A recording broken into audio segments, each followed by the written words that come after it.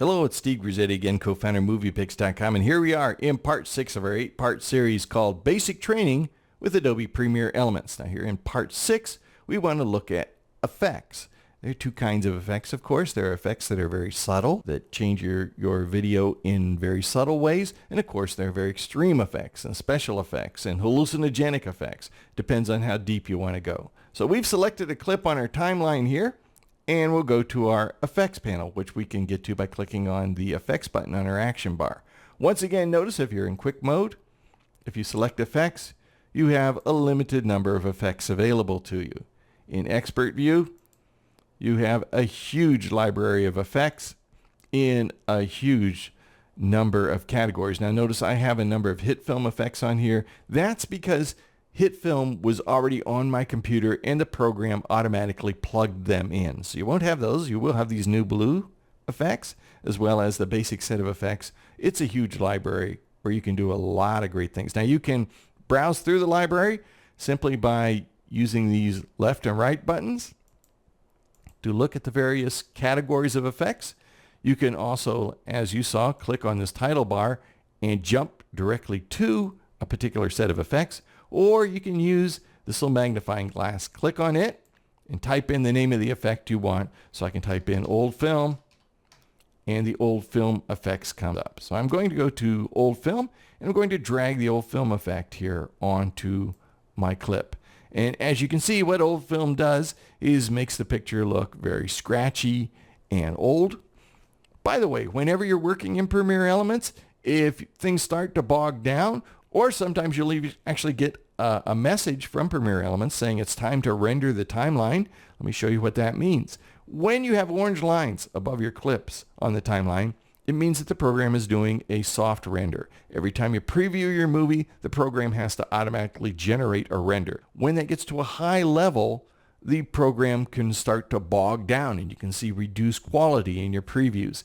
If that bothers you and if you'd like to see the program perform more efficiently, I recommend that you regularly render your timeline, especially when you start getting those messages. And you can do that by clicking on the render button that's right here at the top right of the timeline, or you can simply press the enter key on your keyboard. It takes just a second or so for it to render, and when your clip is rendered, you'll have a green line along the top of the timeline. A quick render can really make all the difference and restore the program to its full efficiency. All right, so we've added this effect here, this scratchy old film effect. And notice when we do, the Applied Effects panel opens up. Now this Applied Effects panel is on the right. I'm going to close it here for a second. You can open it at any point in your movie. So we'll select this clip on our timeline, click on Applied Effects, and we'll see every effect that is added to this clip. Now every video clip automatically has motion and opacity applied to it, so those will always be available and they have a purpose we go into in depth in our book. But in the meantime, our main concern today is with the effects that you add to your clip.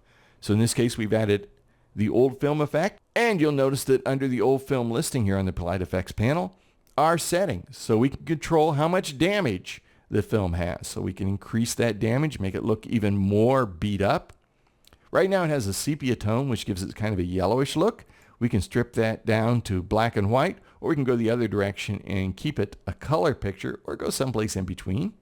And we can affect the jitter. The jitter is how much that picture jumps around. Boom, boom, boom, boom, boom. And we can make it look really jittery. You see, you even have options here for setting how blotchy or wavy or scratchy the picture is. This is pretty cool, huh? To remove an effect, you simply select the effect here in the Applied Effects panel and click on the trash can. Boom, it's gone and you have your original clip back. We'll leave that unrendered for now. I want to show you one other effect and how to make adjustments to it.